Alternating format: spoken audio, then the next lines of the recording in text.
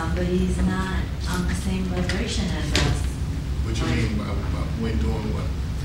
So, for example, I have a project I want to work on, and doors keep shutting down.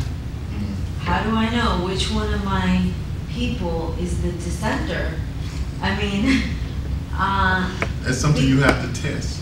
Because on the outside they could be yes, yes, yes, but on the inside they could be no, no, no. Yeah, that's something. That's something. You're not psychic. That's something you just have to test out. You have to go by each one of them and study them and see, and then put them on certain tasks. Sometimes if everything breaks down and nothing's going right, then that might be the person. Their energy might not be on the level that you want them to be, so you bring them down a notch and put them in something where they're not going to disturb the whole.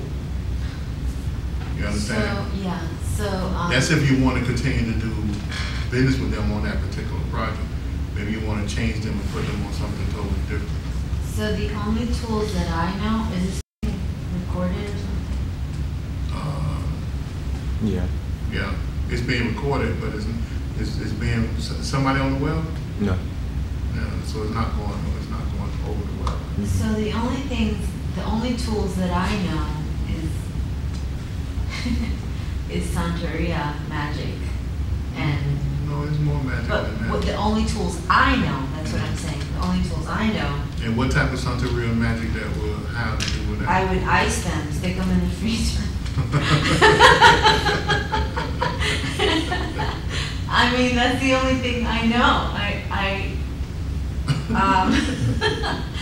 You know, I've done the other stuff with the honey, but sometimes you gotta ice them, right? And so I'm trying to think about like. No, let me tell you something you can do. You ever notice what type of business you in? I'm an acupuncturist. Acupuncturist, okay. You ever notice that you get in the zone in something? You get every in this, time I work on somebody. You get like in this zone, and it can be storming around you, and you're totally unaware of it because why you're focused in on that. Okay, when you do that, see around your body is a aura, right? Around your body is an aura. Lucinda's email and texting. She's not there. Text her. She's saying what's going on. Around your body is an aura. You heard of the aura, right? Yeah, I'm advanced. Don't worry about going. So let's say. Over my head. Do you understand what the aura is? Of course. Okay. Let's say this is a person, right?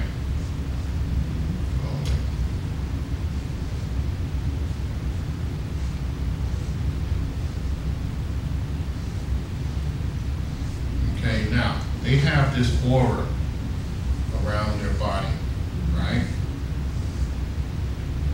One of the functions of the aura is really, the auric body is the body, we have many levels of the auric body, you understand that, right? Yeah. But the auric body is the body that we take throughout all our lives, right? And the aura is a it's like a it's a devic laboratory. In other words, all the cause and effects of our life is actually it happens through the aura. It's not like some outside. It's not like some outside force, right? So all actions and reactions actually, the action start in the aura and the reaction is caused by the aura. So even though we may go through, even though we may think that that there's some outside force. What drew that outside force to us, right? It was us. Because why? It's some type of energy, that we created the action. We created the action which caused the reaction. And because of that, we created this magnetic field that's around us. It begins to attract the necessary energies, right? And mind, substance, needed to do what? To create the environment that we need to create the environment to create the experience needed. Okay, so. Okay, so in other words, our aura, our mind, or the soul, which operates behind the mind, creates all these series of actions, which modifies the energy around us and create the environment for us. Like, let's say if there was a destination point that we wanted to go, like most of the people in the class today, and it wasn't, and their aura was not responding to that because they had not conditioned themselves to absorb this experience. So what would happen? All these obstacles will come in their way, right? Dozens of obstacles which will refrain them from being able to move from point A to point B. Okay? So now the thing about what we're saying here about do not break the magic is that all of this is the magic that was created by God, right? It is when we begin to interject our own mental and physical actions into something that disrupt that natural flow. So the thing about it, everything we go to do, we need to kind of like observe the natural flow and ride that wave instead of disturbing it. See, so when you're doing a particular project, that's why it's very important to make sure that you bring in the right people or teach them. Make sure they're skilled enough not to disturb the natural flow of things and to just ride that wave. And thereby you create this magical cloak of whatever you're doing at that particular time. And that's what all so-called magic is. It's just the right actions at the right time. So what if you're in the valley?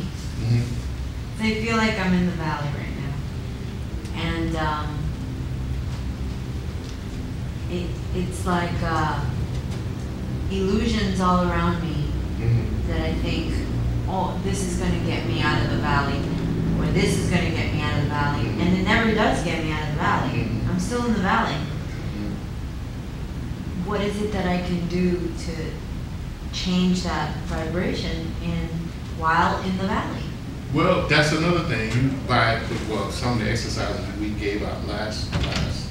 Well, the violet flame worked the somewhat. violet flame. Yeah, but you have to do the violet flame more than one time, and the more you do it, the greater potent, that it becomes. When you can tap into this natural violet flame from the Mother Earth, which is really the essence of your total being, right? But it just operates in a whole different way inside your body, meaning that in other words, maybe the soul pulls on this same type of flame when it began to, when it birthed you through the Mother Earth. In other words, we're told in the ancient mystic teachings the correct way to be born on any planet is through the logos of the earth. Okay, so in essence, the Kundalini power that's within our body actually came from the Mother Earth. It was part of the flame. So the only thing we're doing when we ask for the violet flame is that flame of protection and transmutation, the thing that transmute the negative actions of our own being. All right. So. But how is it possible that if you've done clearing of samskaras, you've done it, it's done? Well, you can't clear all the samskaras. Well, this is what my question is. How is that possible that you've cleared all these samskaras? So you're not getting the same lessons anymore, you're getting different lessons? They're still hard lessons. How is it that you end up back in a valley? Because you have it, because remember what samskaras are, right? Samskaras are like scars or seeds, right? So you can have 10 million samskaras inside the auric field, right? That's just a seed. It went into a seed-like stage, right? Now, the most active samskaras are at the valence level, right, of your aura, and you are aware of it, and it's in action, and it's causing all these reactions. Now, when you begin to cleanse the aura, then you can burn up those samskaras, or clean those samskaras, or use those type of samskaras to conduct your daily, operations, right? Because all samskaras are not bad. They're good. You have good, bad, indifferent, or whatever. I know, because I would have never become an acupuncturist had I not met such a person. Yeah. Blah, blah, blah. So in other words, you might have 10,000 dormant samskaras that can't be awakened because the condition of the outside environment and inside environment have not came into alignment, So therefore there's not enough energy to awake those samskaras. So those samskaras must be asleep. It's the same way the chakras of the body, each chakra of the body have original samskaras, right? And those original samskaras, what we call, in another term, we call them petals. What are the petals? The petals are what? What's another name for the petals? The seed mantras? Seed mantras, right? So these are the original samskaras of the soul, because the soul spoke those petals into being. Now, these are good samskaras. Now, but most of those samskaras are what? Dormant. Because why? They can't be awakened until we condition the auric body by raising the power of Kundalini and waking up those samskaras, or calibrating those samskaras to receive the higher frequencies of energy and transmit them to the lower and higher consciousness. Okay? So it's the same way with us. All the millions of samskaras that we built up over our lifetime, most of them are dormant, are seeds. And when we create the right condition and go into the right environment, then what happens? We wake up those samskaras. Like I always say, the best way to wake up the samskaras that's due to be woken up is by listening to music. Just by listening to music, or so-called basic meditation, and you wake up as samskaras, But all samskaras are not negative. Some of them are good, some of them are bad, some of them are just indifferent. So. With like a dark magician, it's been like a dark magician in past lives, have the opposite, negatives that are being waiting to be open, Who, a black magician? Yeah, just the opposite of the good one, open. Well, even the black magician may have good samskaras too. Yeah. They may have good and bad. They may have a little bit more bad that they built up during the years of being a black musician. But what about all the years before they were a black musician? They may have hundreds of thousands of millions of good samskaras. You know, but then that lifetime or 2 lifetimes that they were a black musician, then they accumulate hundreds or millions of negative samskaras. You know, so it's A balance. It's always a balance there. You know, but for every thought and action, you know, the thought and actions create these samskaras. And it's created, and then it blooms, and then it falls back into the aura as a seed, as a scar in the aura.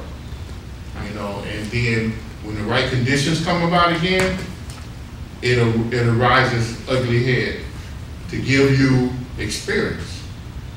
You know, to give you benefit of the past experiences or the past skills of your past lives or past memories or whatever. You know, that's how they operate. You ever notice someone introduced you to something and you say, well, I never did that before. And then they introduce you to it and all of a sudden you're good at it. Yeah. You know, it's maybe because you did do it before or you did something similar in a past life. And once you create the condition of doing that again, the old samskaras come alive. It gives you this automatic type of you know, movement of your body, mind, or whatever to go into the zone of that particular thing that you're doing. It's like body memory. It's more than body memory. It's mind and body memory. You know, because it's a mental subconscious thing, and then it's a physical thing as well. Because your subconscious mind conditioned the physical body immediately to respond to whatever you're doing. You know, in almost like an automatic way. So you're saying that in order to clear some things, you sometimes have to clear the auric field. Always. That would be your first plan of attack. All magic, all yoga is about manipulating the aura, the auric fields. And when you do that, you can move energy in and you can move energy out. You know, the same thing that a doctor does. You know, a doctor, you know, when you have a cell, right? When you have a cell, right? What's the first thing you learn about a cell? What is this right here on the cell? Cell membrane. The membrane. And what does a membrane do? It's a boundary.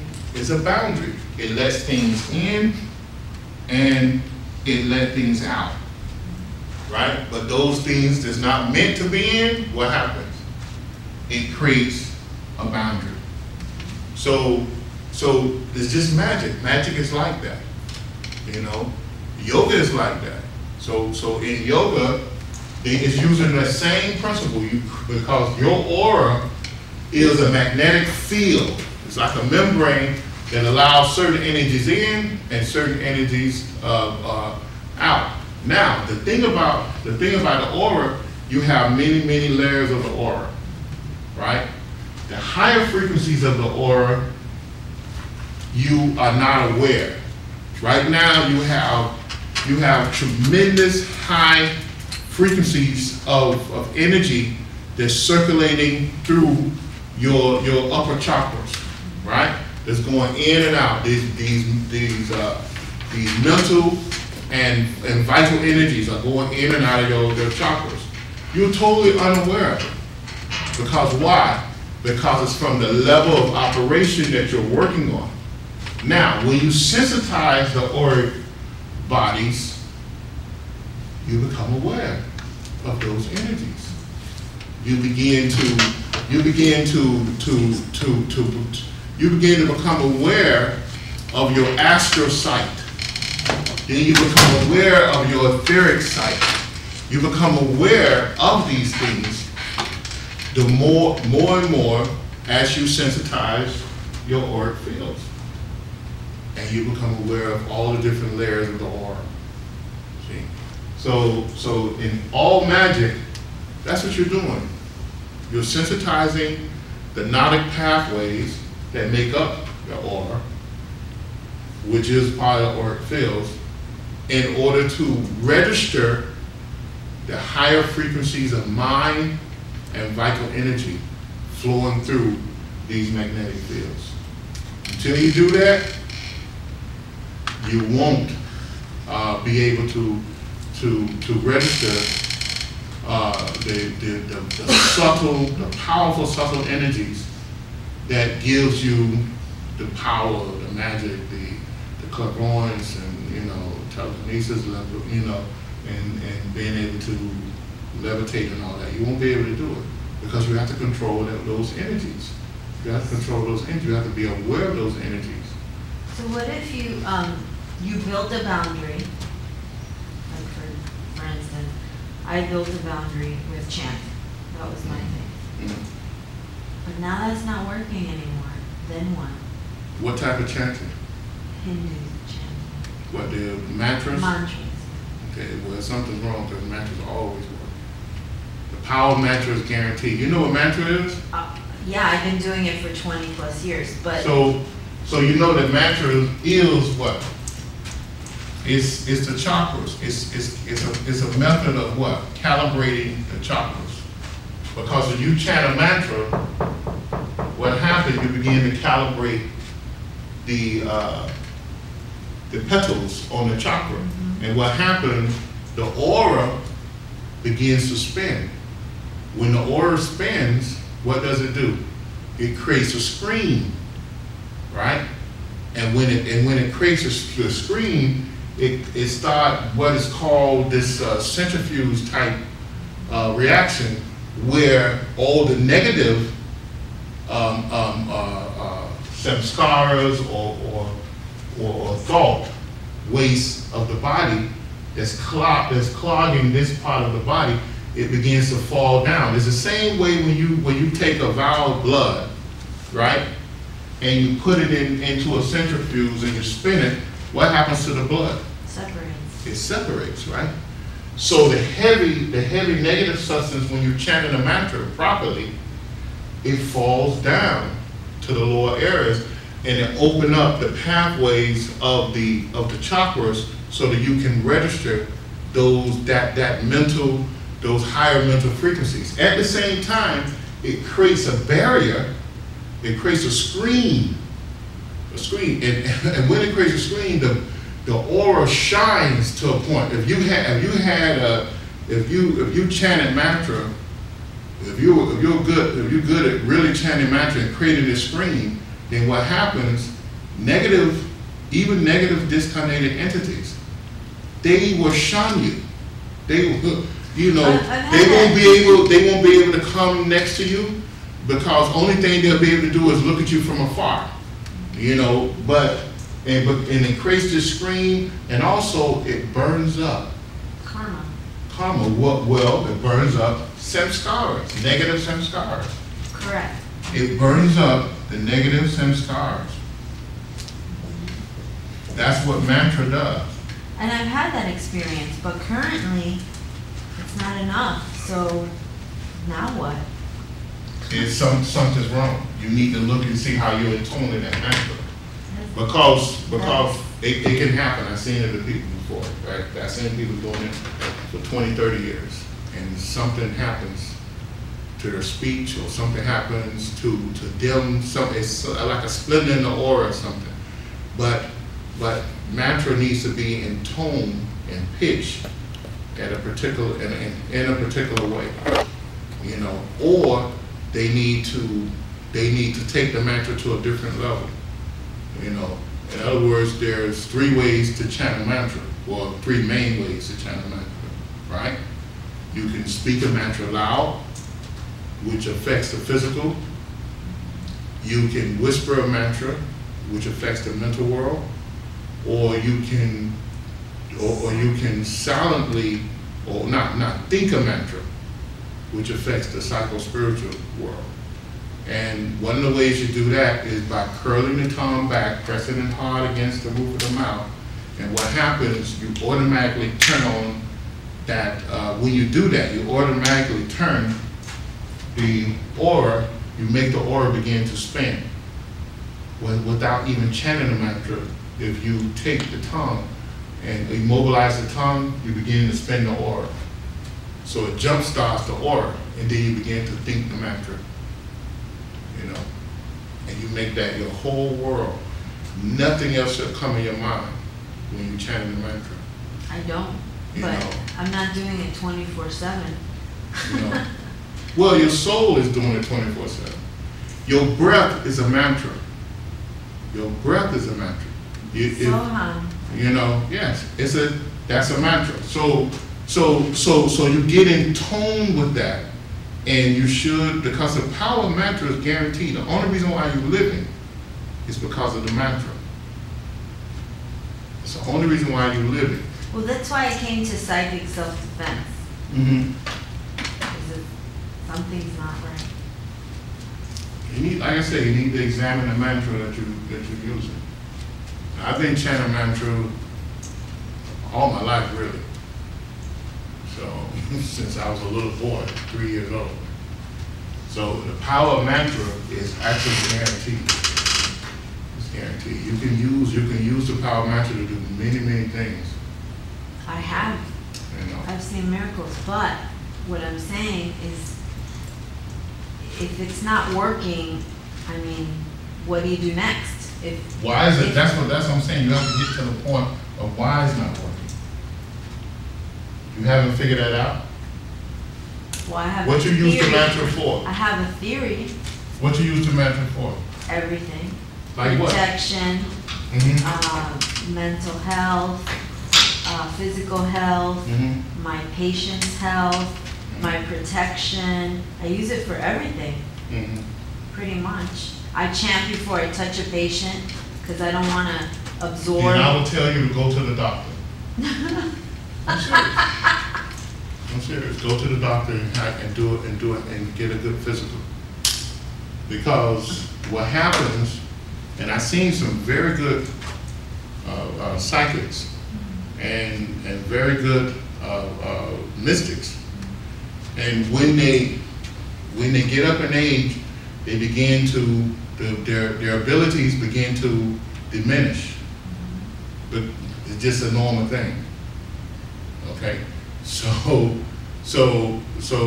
like, let's say they may be able to see psychically. They can see through 4 or 5 walls at once, or they can sense someone coming a mile away or whatever, or they can read a person within a second, right?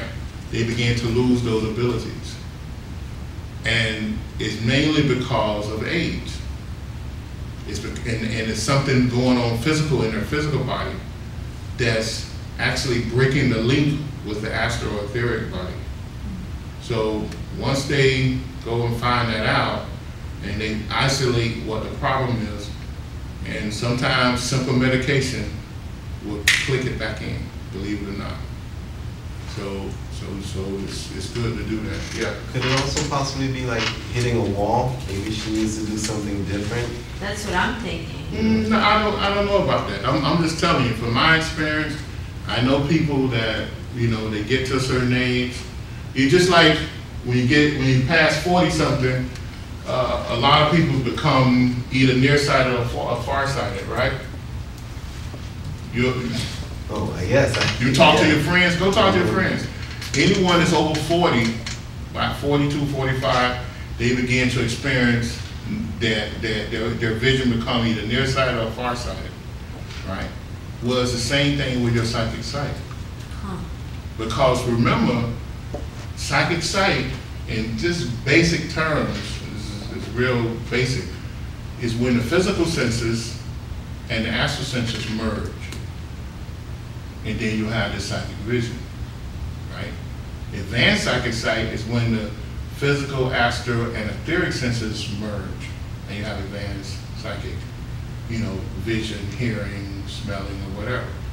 Okay, meaning that if we break that up on the chakras, psychic sight happen when the astral body or astral senses connected to the sex center and the solar plexus center merges with the physical senses, you know, and then all of a sudden you can see, hear, touch, you know, and all these things with the energies radiating through those three lower chakras: the base, the sex, and the solar plexus.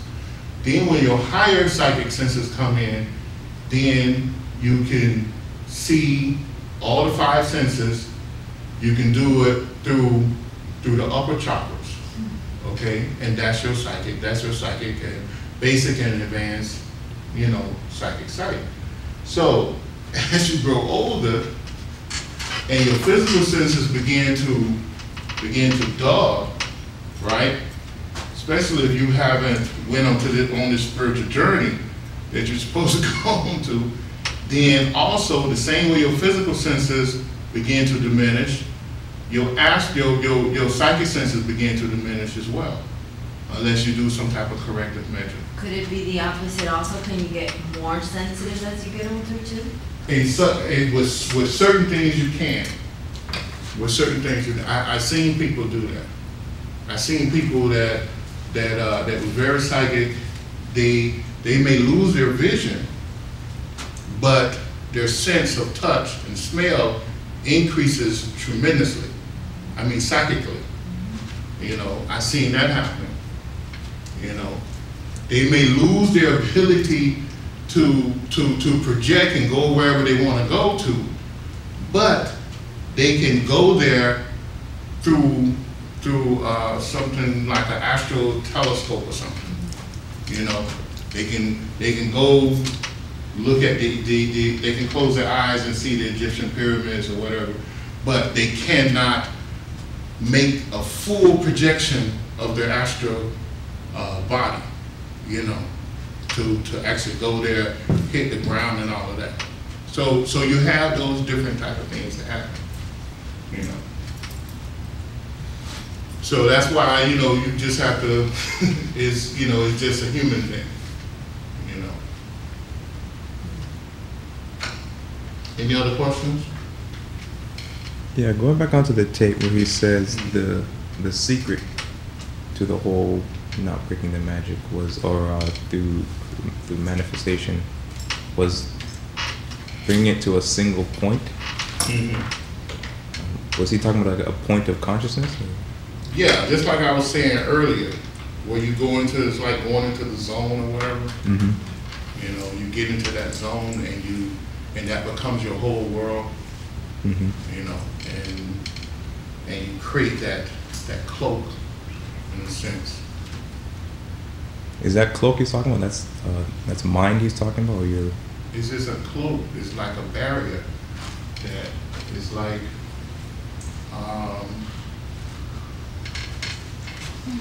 It's like the last couple of times we met for the 12 lessons. Mm-hmm.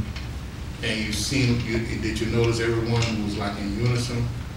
Yeah. And everything just zoned out, mm-hmm. right? Mm-hmm. And the only thing that was happening was the prayers and the mantra. That's it. Mm-hmm. You know, and then when everything stopped, then all of a sudden you're aware of everything else.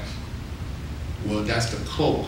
You build this bright light comes over and creates this dome, this magical cloak, and then you operate within that. You know, and that's the magic that he was talking about. Mm-hmm. So it's just, and you can get like that if you're working on a project.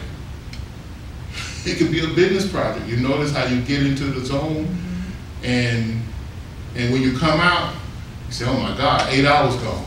You know. Mm-hmm. So that happens because why? You found that magical wave or whatever, and you ride in it, and you created that atmosphere in order to do that particular task. And it seemed like nothing goes wrong when that happens. Everything clicks, you know. And just like he gave an example, he said writers, inspirational writers or creative writers, they find that they can get into that zone and they can just go, and they come back out and everything was right. But then the next day they can't get into it and they're frustrated. And they may go 4 or 5 days where they can't write anymore. They can't write at that level anymore. And that's the same way. Athletes do the same thing. They get into that particular zone and they just go. Any other questions?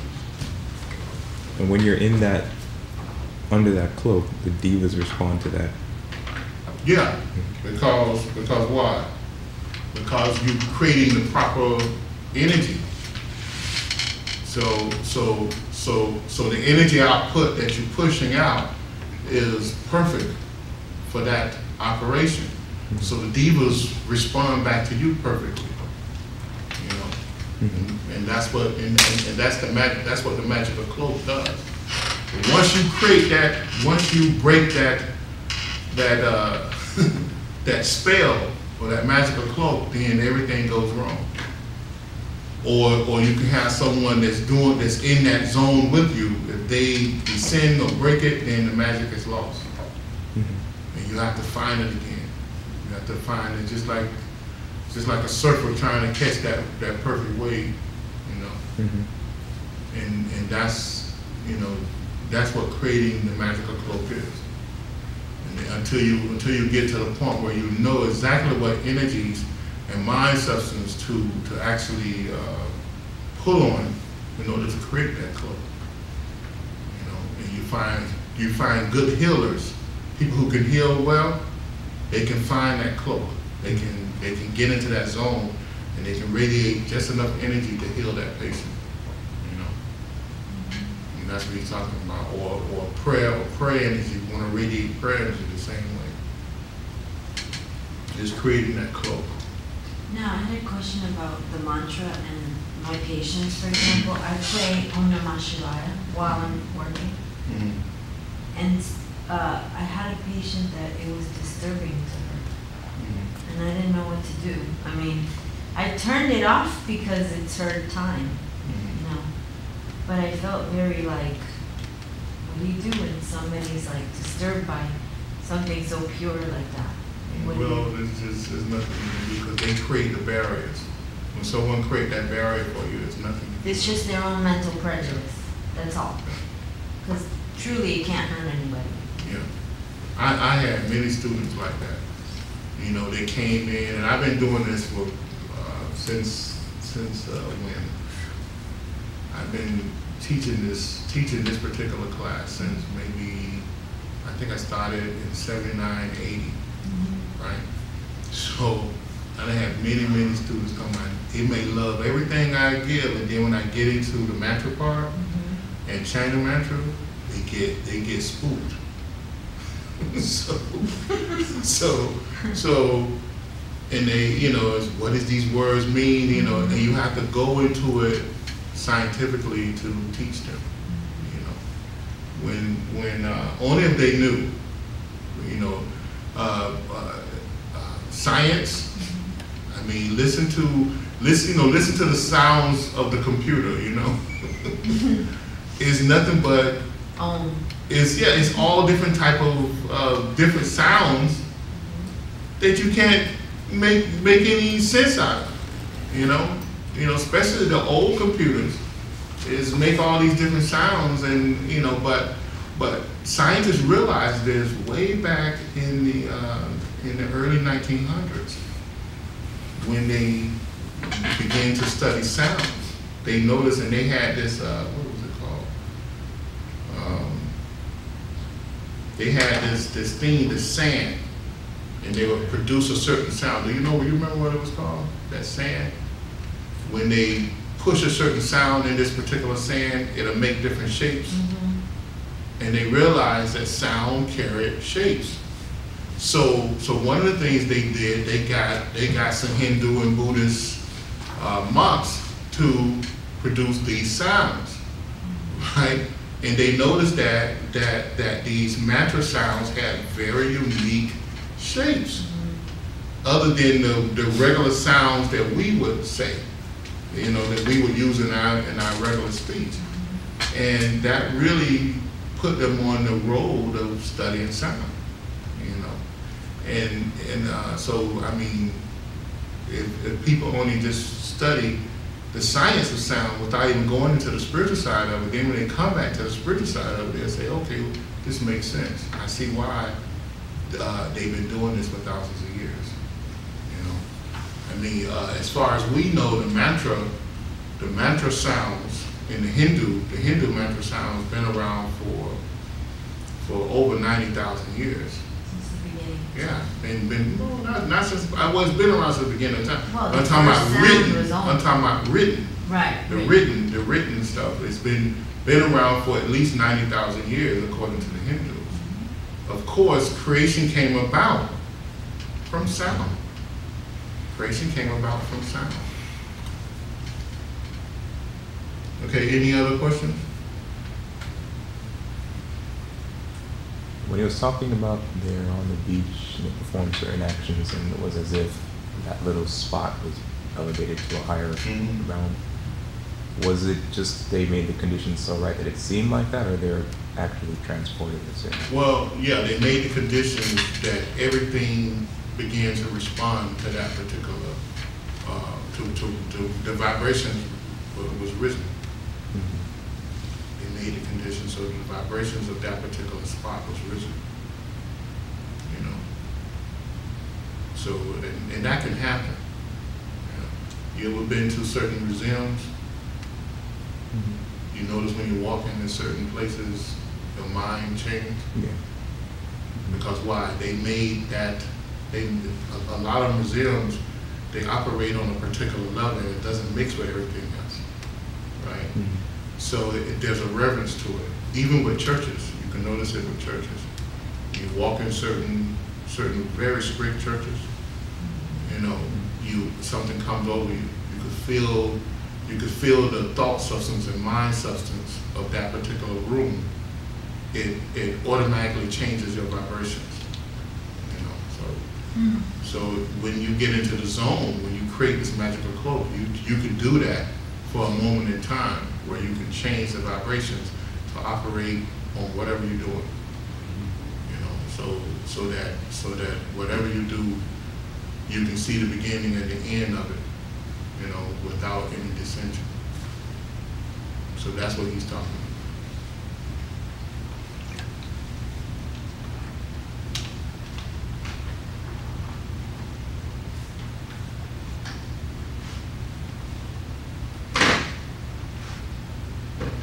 Any other questions?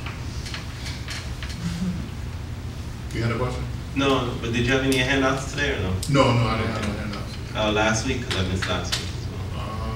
Yeah, we had handouts for last week. Yeah. Just give it to me, I'll give it to you anyway. Okay, thanks. And the link he was talking about between all the adepts, that advanced level of friendship or real friendship. What was he actually referring to? Well, he was giving an example of the adepts. Yeah. The 3 adepts he was talking about. He was certain missions they went on and how they had to create that magical cloak in order to operate within, to make sure that it was perfect. Whatever they started, they finished in a perfect manner.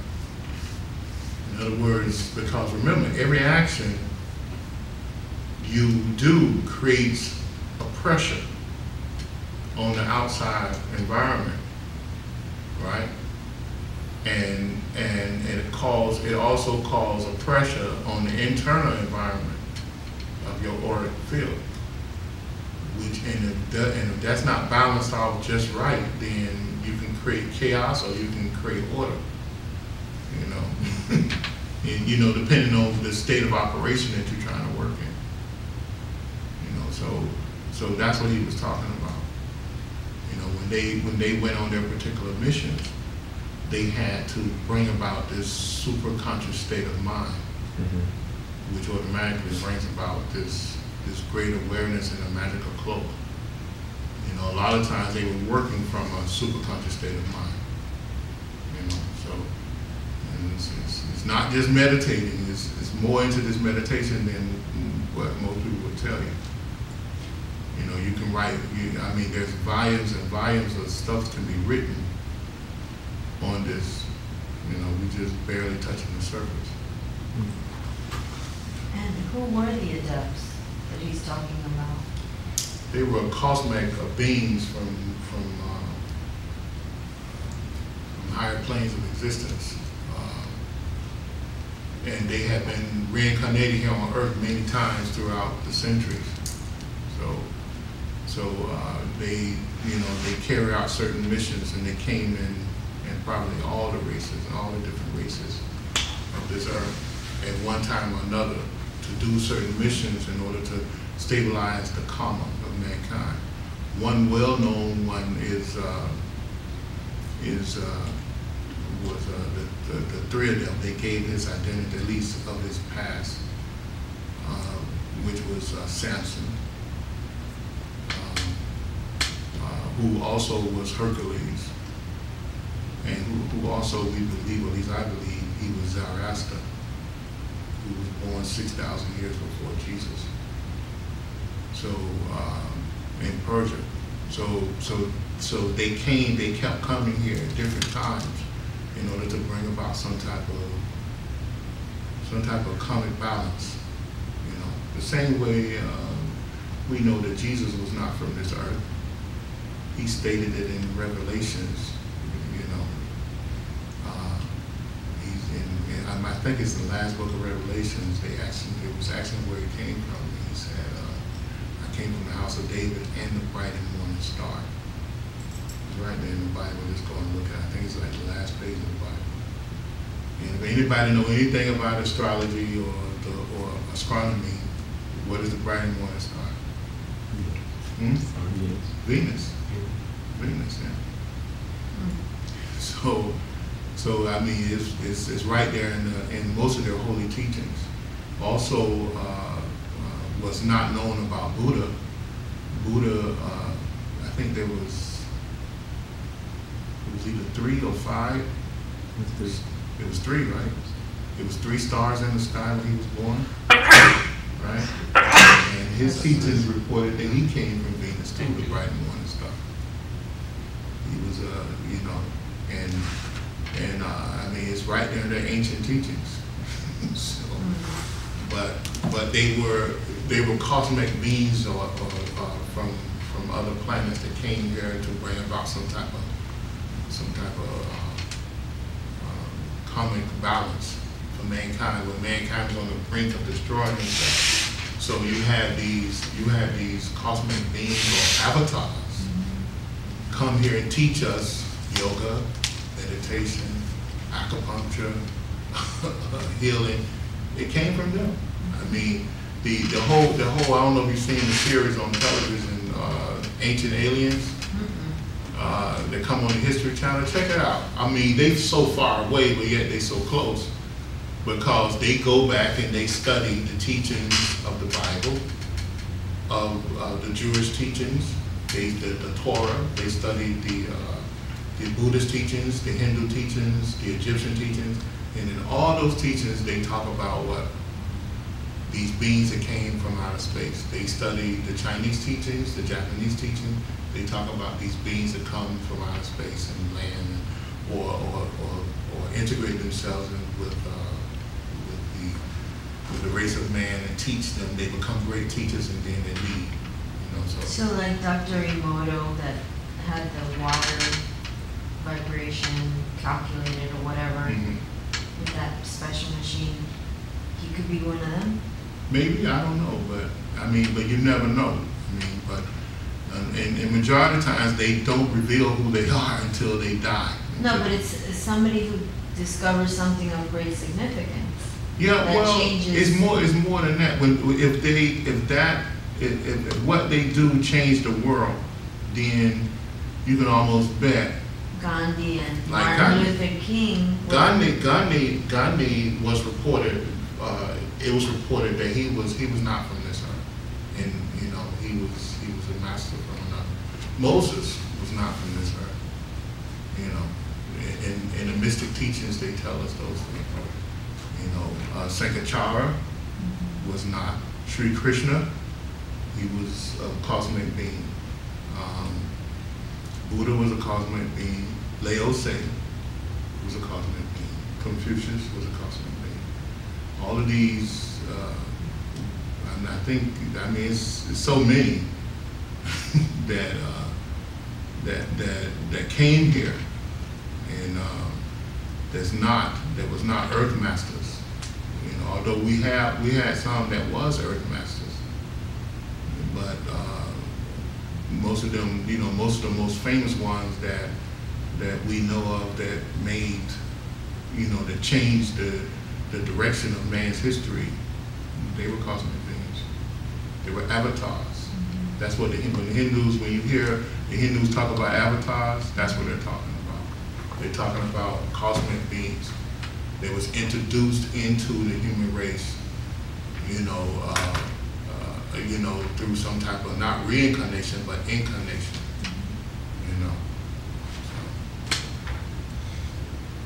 So. And usually you can go right to their teachings and look it up. It's because they say it right there. Or they give these great descriptions of flying saucers or contact with higher beings, such as if we go read the story of Moses, read it under that light. In the book of Exodus, I think it was he gave the story of Moses. They were in constant contact with some heavenly body. Yeah, they were in constant contact. Elijah, you know, was not from this earth. Constant contact with some heavenly body. And Elijah also is in I think it's in Matthew, where Jesus said that Elijah came first, and they knew him not, you know, and then as Peter went down, that was doing the transfiguration or whatever, and then when Peter was going down the hill from that particular where Elijah and Moses appeared before them. Peter, you know, it's the Bible states that Peter understood that Jesus was speaking about that Elijah and John the Baptist was the same. Elijah came back as John the Baptist. It's right there in the Bible. And yet the church say they don't believe in reincarnation, but it's right there in Matthew. It's right there in Matthew. So it is, you know, these are not something that we just making up. It's right there in the Bible. Of course, in the Buddhist and the Hindu, they clearly just tell you, you know, they clearly tell you that these beings were avatars that came from wherever, you know, especially with Shri Krishna. You know, Shri Krishna came from Saturn. You know, it's right there. He had the whole universe in his mind. I mean, it's right because he was a great cosmic being. Great cosmic being. And the greatest masters that ever came to this earth was Shri Krishna.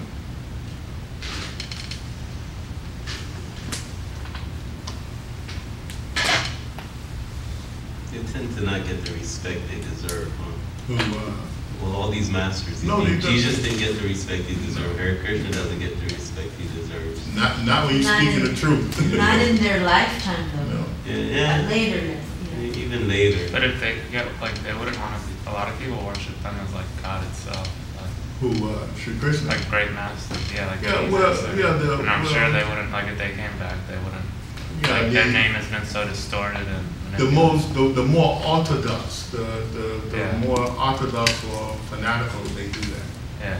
Like, You it's know, not just like in the about- tape we just heard, one of the great significance that Dr. King said, he said you respect the master because the you can't share that with anyone.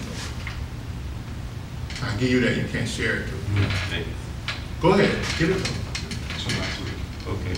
The first 2 pages you can't share with anyone. Okay. But he said you worship. It's not that you worship the master, but to respect and follow the master, because the master is closer to God than you. So you worship God through the master. He said that's where a lot of people get it wrong. Yeah, that's what I was saying. A lot of people don't do that. Yeah, they don't can't do that. distinguish Jesus from God.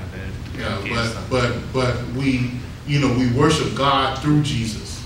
We worship God through Moses. We worship God through Buddha and through Krishna. And we respect them because they're closer to God than us. So even if we call down the power of Sri Krishna or Jesus or whatever, only thing we're doing is asking them to be a voice box for us to, because they're higher, because Jesus is closer to us, but he's also closer to God than us, in other words. And that's how you do a master or a teacher or master or whatever. It's not that you worship that person, you worship the fact that they're closer to God. And a lot of people, they got that wrong through the years, and they go, well, Jesus is God, or Sri Krishna is God, and it's they was in the physical, they might slap you for saying that, So. Well, it even says in the Bible, I believe, that blessed are those that believe without seeing, and they will do greater works than I. Mm-hmm. So it's not even like he's saying I'm the best thing ever, but you too can be this and even better. So. And it states that in several different places in the New Testament. So but people, they just miss all of that. They totally miss all of that, and they just, because I guess it's easier for them to worship somebody in the physical, or to think that God is physical. To limit God in some type of way. It's easy for them to accept that. When you can't really, there's no real description of God. Well, I think the Muslims got it right. In that sense. By what? But it's indescribable. Yeah, well, everyone says that. The Jews say this is indescribable. Even the Christian Bible says it's indescribable. But the way Genesis is written, it's like if God is a person. Like the way Genesis is written, it seems like God's really anthropomorphic. You gotta go back and look at it. Genesis is nothing but it's an allegory. It's and Moses says that too. Moses is reported that Moses and his disciples wrote those first, I think, 4 or 5 books, and it's not meant to be taken literal. No, I know. It's all symbolism. I can take Genesis and the same stuff I'm teaching you here. I can show you the chakras, the Kundalini, and all that in Genesis, in the book of Genesis.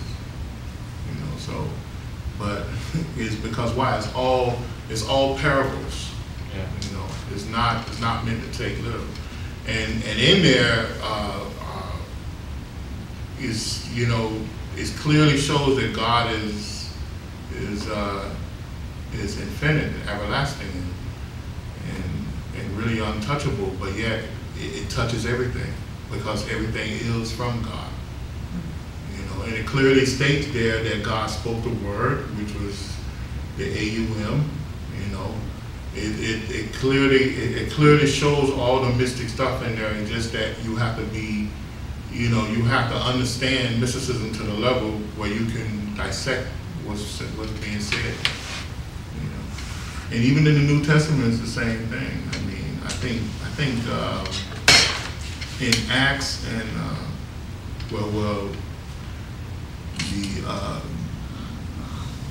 the mystery disciple of Jesus, which was Paul, he has some good points through there, where he clearly states this whole thing about, this whole heaven thing, You know, the milk and honey and stuff, he just throw that out, you know. And he gets deep into the mystic science of God and the bodies and all the different bodies. The spirit, the soul, the physical, the unseen, the astral. He gets into that and I think in Acts and Romans. So I mean, it's there. All those things are there. You know, it just, but it's the church and the church ministers that that they're not mystically inclined, so their word go before the Bible. So it's like Dr. King said, if he had to, he said he will only make one change to the Holy Bible. And that's at the beginning of the book. Do not take this literal or something like that. Right? But it's got a lot of allegories. It has a lot of allegories in it. It's not meant to be taken literal. Like cell mutation in the Genesis. Well, I mean, but it's not meant to be taken literal. Because also in there, it tells you that the body is the temple of God, and that you should not, misuse the body. And that's what parables do. Parables will tell you one thing, and then it'll tell you like destroy this, and then it'll say you should never destroy. Yeah, a lot of contradictions. So but that lets you know that it's parables. It's talking about different things. Throughout the Bible, it tells you to be a vegetarian, right? Yeah. Then it comes back and tell you to eat meat. so and then it says whatever you eat, make sure you sanctify it.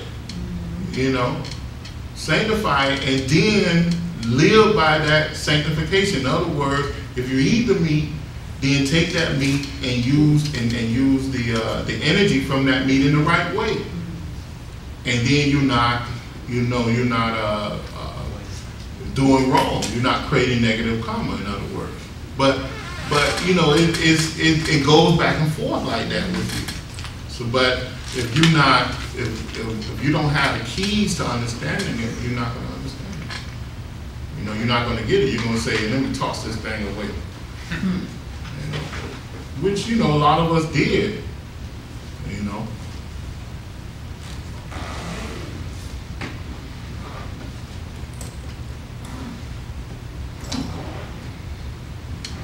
So I wouldn't tell people, don't, it's quick to just look down on something. But, sometimes you have to dismiss something until you get a greater knowledge of it and then go back to it. So, and then you got to look at the political structure of things too. The religious political structure, they took advantage of the fact that all that was written in parables, so that they can gain wealth and control the masses of people, and then also by keeping the masses of people poor and concentrated on putting food on the table, they can give them a summary of what it's supposed to be, and the mass of people will never go and look to see if it's that, if it's really that. Because why? They too busy putting food on the table. A lot of them don't have resources. They don't have the time or the resources. It's an old English kind of teacher, because it said what? The educated was the educated man or the scholar was what? What was the definition of a scholar? Someone who had leisure time to study and to educate themselves. That's what a scholar was. Because why? Because the scholar had servants. They had plenty of money, and they had plenty of leisure time, and they didn't have to go and work all day long just to put a plate of food on the table. They can spend their whole day studying, educating themselves. And they had servants to do everything for them. So they became the scholars of the time. So that's how they describe the scholars. And it's the same way today. It's really the same way today. Today I feel like there's like more of an opportunity for leisure though, and most people don't like take advantage of it. Like, they just more opportunity for what? For leisure. Yeah. Like but like a lot of people like spend like 6 hours a day on the television. That kills it. Yeah. And trains everything. Or all the technology. Yeah. No, like I'm living back at home and everyone's always watching the TV and they're like, why are you in your room? And I just don't want to watch the TV. And they act like it's a social thing, but you don't even talk to each other when you're watching the TV. Yeah. That's like all my friends too. Like it's like a social event, but no one talks. Like, I tell you, when I was coming up, my father, he said the television is the new age disease. Do not turn it on in my presence. Oh. Wow. So we only had so many hours of the day that we could watch television. When he wasn't home. When he wasn't home. And sometime in the afternoons, late at night, he would turn it on, but we had to go to bed by 8:30 or 9 o'clock. And he would turn it on just to catch the news, you know. But he considered the television the new age disease. Even like really smart people that are really educated like can't like think in a lot of ways. Like I have a friend that went to Yale and he's like, I mean like by textbook he's a genius, but like I try explaining to him like some simple things and it's like no way he could. Because they too linear. Right? Yeah, a lot of linear thinkers. Yeah. And majority of the time they're real physical. My brother had it makes them the hardest to explain stuff too, because they're really smart. But that's what makes it harder to explain stuff. Like the fact that they're smart. My brother had a friend. He was a genius too, like that. And he was a mathematician. And somehow, because they went to school several years ago for my brother, he used to talk about. He's like an idol of my brother about metaphysics, and try to tear him down. And my brother got him one time and said, because he was saying that there's no existence of God.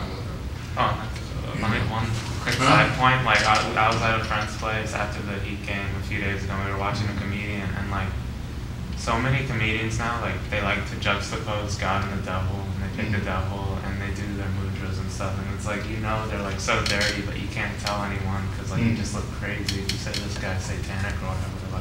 But the guy keeps like comparing God and the devil, and he goes on to all these jokes that are just like really like, they're all dirty, like something dirty about all of them. It's just like no one could like see through it.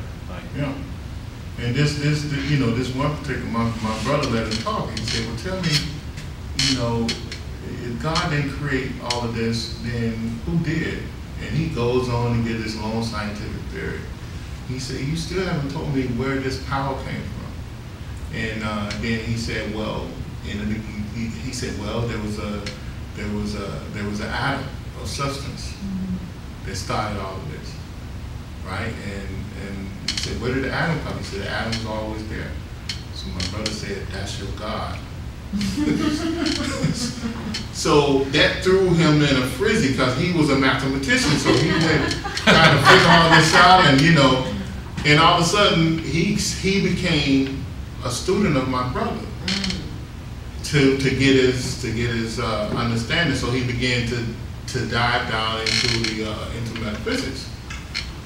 So one of the things that interested him the most was the fact that he can split his consciousness up through astral projection or etheric projection or something like that.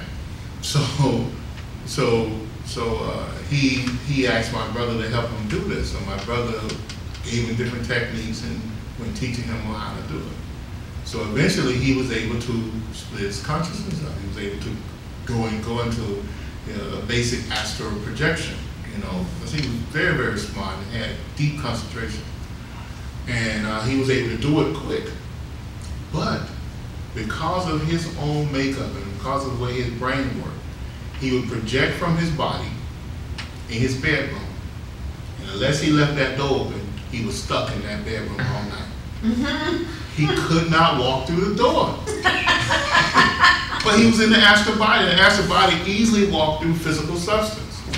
You know, gross physical substance. Yeah. They can't walk through astral physical substance. Did he try like bumping into the He did everything. You know, and then so my brother had to teach him that, listen, man, you know, take a look at your body laying down there and realize that this is a real separation of astral substance that can walk through solid objects. You know, so it took him weeks to break. It was more than weeks. It was months to break out of that frame of mind. And you know, he finally was able to open the door. You know, but I'm telling you, I mean, it really affects you. You know, that linear type thinking is they can't, you know, they just stuck. Yeah. You know, so I came across a lot of people like that. You know, and I used to laugh at the guy, and I won't tell his whole name, but first name was Mark. I used to just go there to hear how my brother would teach. He was teaching at Miami Dade. He taught a group of people this, and I would just go there and just laugh at this guy, because for him to tell his story was a treat for me.